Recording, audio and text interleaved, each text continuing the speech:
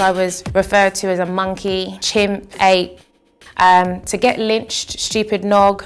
Always experience some kind of abuse online, and you're visibly gender non-conforming, calling me a man in a dress, a freak show. Literally, Twitter abuse made me buy a home security system. Shut up, you're fat, you're ugly, I should be raped.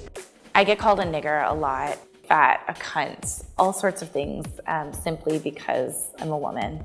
The threats I've gotten on Twitter and elsewhere have completely changed who I am, like really in a fundamental way. You know, like you don't get to be called these sorts of names, you know, every day for years on end and not have that affect you. So it's not just Twitter anymore, it's not just the internet. There are real people behind those Twitter accounts spewing that disgusting vitriol. And it has an impact on real people like me. When I saw the magnitude of them and the frequency of them, I was really overwhelmed. I felt unsafe. It was also very specifically targeting me as a Jew and saying that I should be put to death in an oven, and there were a couple of organized Nazi groups who tweeted that they had their eye on me, and it was, to say it was very unsettling is to undersell it. It was terrifying.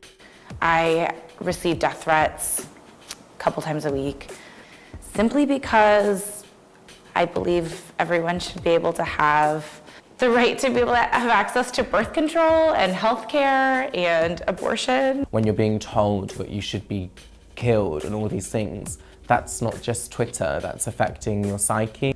One of the things that Twitter, and you know, this is true of most of the social media platforms, don't seem to understand is that a lot of times when people are using their reporting system, they're experiencing trauma. There's no way for me to report to Twitter that I am being swarmed by Nazis.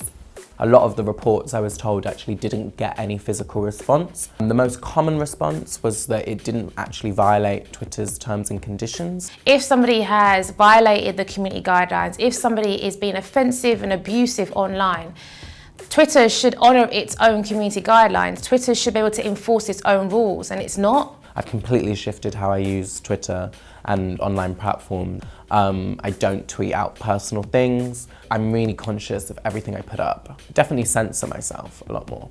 When women and people of color and marginalized communities are telling you that they don't feel safe on this platform and that they don't feel safe doing their work there, those are voices that you need to listen to. These social media platforms like to think of themselves as these bastions of free speech. It's not free speech to wish death upon me. Twitter has changed the 21st century. It has rocked so many lives, changed the way organizations run, how we hear the news and how we operate and connect with different people. That's amazing. And I totally get that Twitter is about freedom of expression.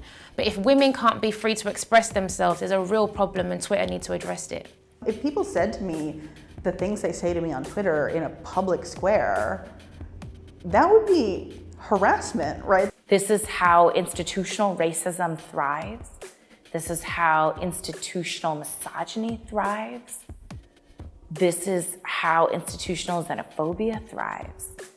And this is how queer folks, people of color, feminists, trans folks, all of us are discriminated against because these are people who have these thoughts and they're able to freely spread them on Twitter.